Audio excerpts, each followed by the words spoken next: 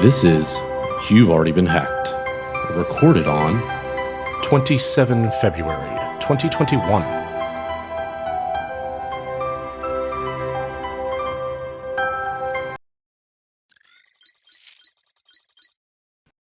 Okay, this past week, we had some pretty horrific stuff happen, but not all because of bad guys doing bad things. Sometimes negligence can be the cause of a cyber attack.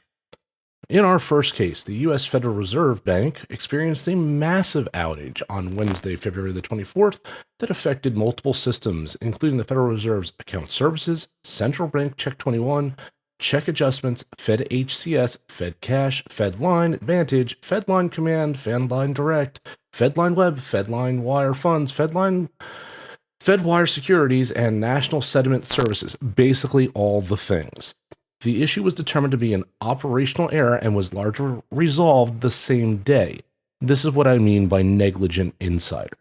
So, when it comes to insider threat, one of the things I teach my students is there are two types. There's the malicious one, the one that means to do harm, that's actively trying to make a bad thing happen, and then the negligent one, the one that presses the wrong button or adds the decimal place in the wrong spot in code and doesn't check it and hits run on the production system, and boom, problems. While the Federal Reserve was not transparent exactly in what the operational error was, it is likely due to that type of scenario. Does that mean that that person is a bad person that did that? No. But it does mean that that type of event can happen from a negligent insider. Now, one thing of interest that also happened on the 24th, which seems to be unrelated, although coincidences are what they are, TD Bank suffered an outage on the same day. So TD Bank recovered from a major IT outage on Wednesday that prevented account holders from accessing online bank accounts, using the ATM, or check balances over the phone.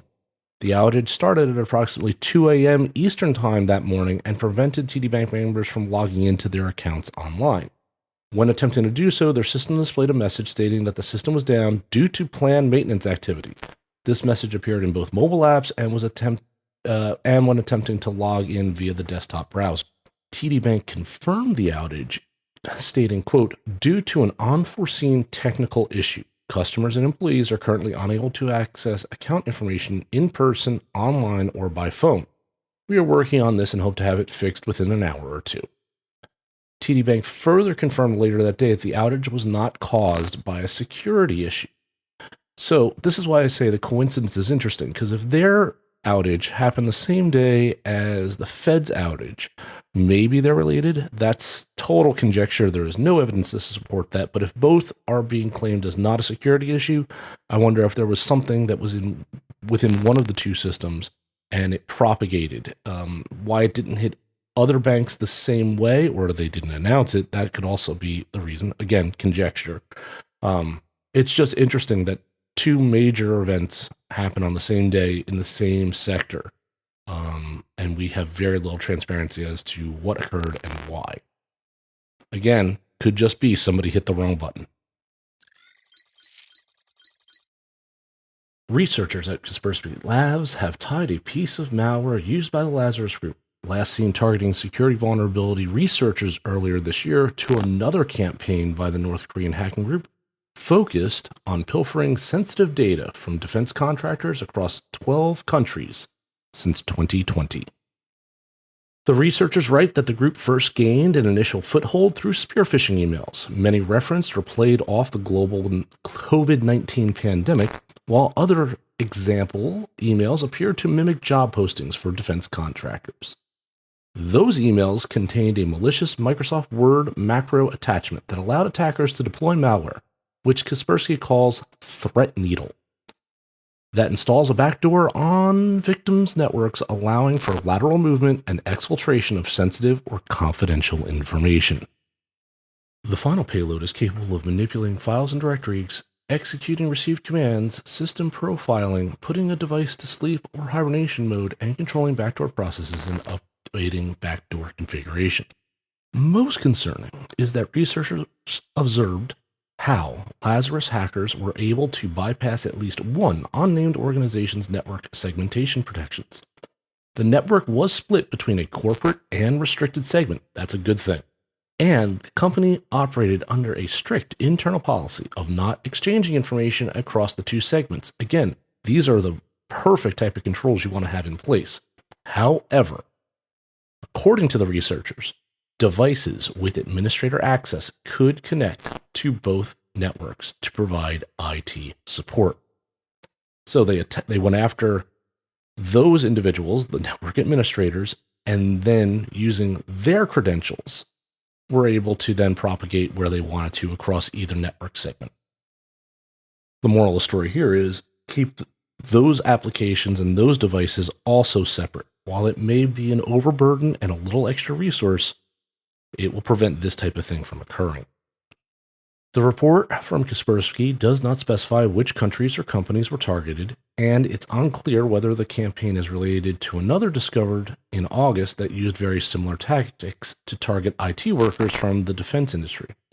This campaign, however, is described as a, quote, new and previously unknown campaign, quote, unquote, focusing on the defense industry in at least a dozen countries over the past year. At least one of the spear phishing emails referenced in the report is written in broken Russian, indicating the sender was not a native speaker. Another contains a malicious file attachment named Boeing_Aero_GS.docx, possibly a reference to the U.S. contractor, though it's not clear if the intended recipient worked at Boeing.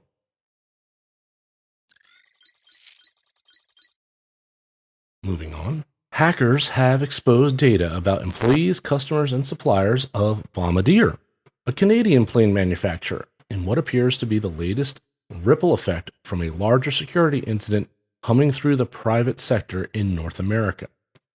A forensics analysis revealed that, quote, confidential, unquote, information originated at Bombardier was stolen in a recent incident. This was announced this past Tuesday. The Montreal-based Bombardier, which reported $16 billion in revenue in 2018, did not specify exactly what happened or when, though it did say the breach was the result of a vulnerability affecting a third-party file transfer application. Which application have we previously spoken about? FTA from Acelion. Perhaps that's what they're mentioning. Bombardier went on to state, the ongoing investigation indicates that the unauthorized access was limited solely to data stored on specified servers. And the company stated manufacturing and customer support operations have not been impacted or interrupted. The list of companies affected by the FTA breach looks only ready to grow. Of the roughly 300 corporate firms that rely on the Acelion tool in question, known as the Secure File Transfer Application, fewer than 100 companies were attacked, and roughly 25 have been affected by a significant theft of data, according to Acelion, also this past Tuesday. Let's get back into that new M1 Mac malware. We talked about one, and if you've been paying attention this past week, it's been all over media outlets. There is now a second specifically targeting the new M1 chip called Silver Sparrow. In samples seen so far by analysts at Red Canary, Silver Sparrow has been executing on victim machines with a final payload yet to be determined. It appears to be lying in wait for further instructions. That's worrying because it's clear that the authors are advanced and sophisticated adversaries. And Silver Sparrow looks like it's already going to be everywhere. As of the 17th of February, Silver Sparrow looks to have infected about 30,000 Mac OS endpoints across 153 countries, primarily located in Canada, France, Germany, the United Kingdom, and the United States. Silver Sparrow is likely an adware, according to Red Canary. It has two versions, one that targets Intel-based Macs, so those that haven't upgraded yet, you're not safe, and one that is built in order to affect M1-based devices. That particular one is using a universal binary, so if you get that one on an Intel Mac, you're still going to be infected. Most notably, it uses JavaScript for execution, a rarity in the macOS malware world.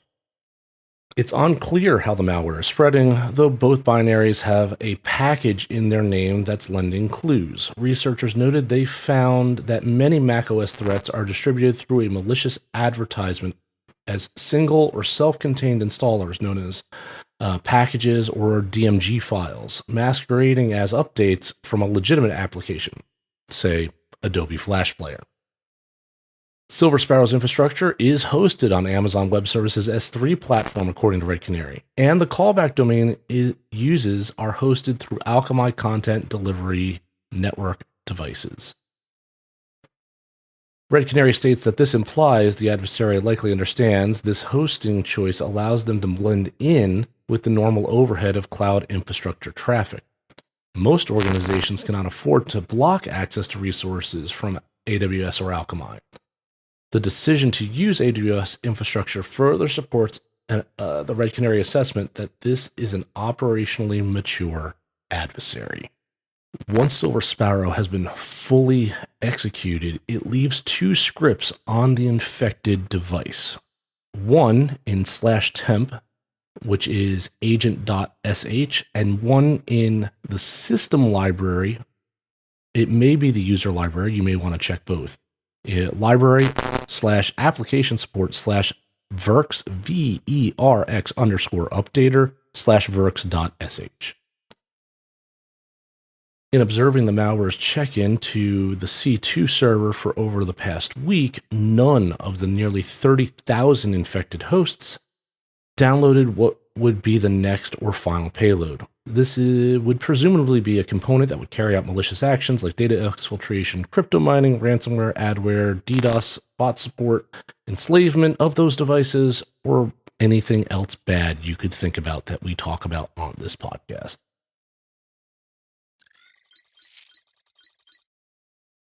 Underwriter Laboratories, or UL, has suffered a ransomware attack that encrypted its servers and caused them to shut down systems while they recover. UL is the largest and oldest safety certification company in the United States with over 14,000 employees and offices in 40 countries.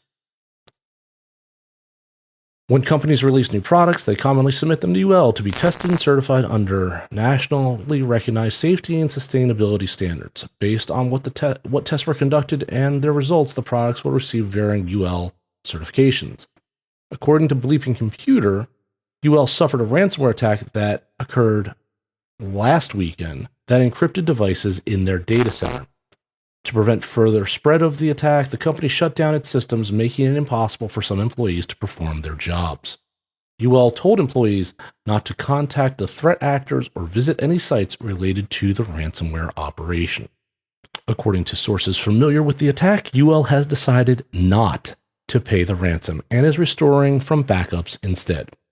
As it takes time to restore devices, the attack has led to the MyUL client portal remaining offline while they recover. In a statement from UL, the company states the following, quote, UL detected unusual activity on its systems on February 13th and immediately took precautions to address the situation, including shutting down systems, engaging a leading cybersecurity firm to help us investigate and alert appropriate authorities. Our immediate priority is to restore our systems to minimize any disruption this has on our customers. Until we learn more from our investigation, we cannot speculate as to the type of information that may be potentially impacted. If we determine that data is impacted, we will take appropriate actions. And finally, NIST has updated the smart grid framework. As the nation was paying attention to the blackouts that were occurring here in Texas due to the recent winter storm, by the way, it was in the 80s this past week, so you wouldn't have even known there was a storm.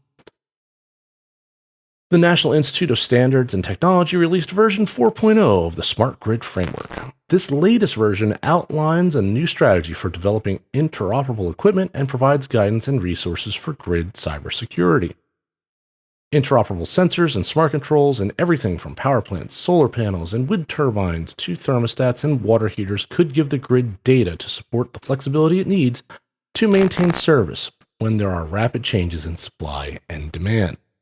This two-way communication between power generators, utilities, and consumers should also be accessible to other parties, NIST said, which would encourage the development of interoperable tools to help all grid participants make more intelligent decisions about power use.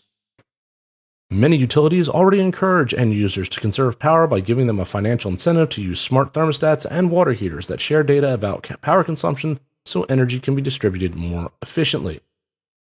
This version of the framework describes interoperability profiles or detailed interoperability requirements for specific devices. The ultimate goal would be the development of testing and certification programs that would enable widespread use of a standard technology. NIST has stated that this is very similar to why Wi-Fi works just about everywhere, because it's a standard. And while there are different devices and different protocols across the board, the end user experience is usually the same, which is your device gets connected. They're looking to set up a similar framework for the grid. The downside of greater interoperability is an increased attack surface, so utilities must be more prepared than they are today for cyber attacks. While there are security requirements for high voltage elements of the grid, guidance on most other elements is scarce right now. Interoperability requirements and standards must include data protection and attack detection, as well as the ability to respond to threats and recover from disruption, according to the framework. The latest Smart Grid framework includes a cybersecurity risk profile, which is based on NIST's cybersecurity framework, a separate document, and contains numerous grid-specific security considerations and provides utilities and others with a structured way to assess current practices and identify areas that need more security. You can read that Smart Grid framework at NIST's government website. That's all for the news this week. I'm your professor of cyber risk. We'll talk again soon. If you like this podcast, share it with your colleagues and friends. Your support is how we are able to continue to grow and provide this content. Thank you.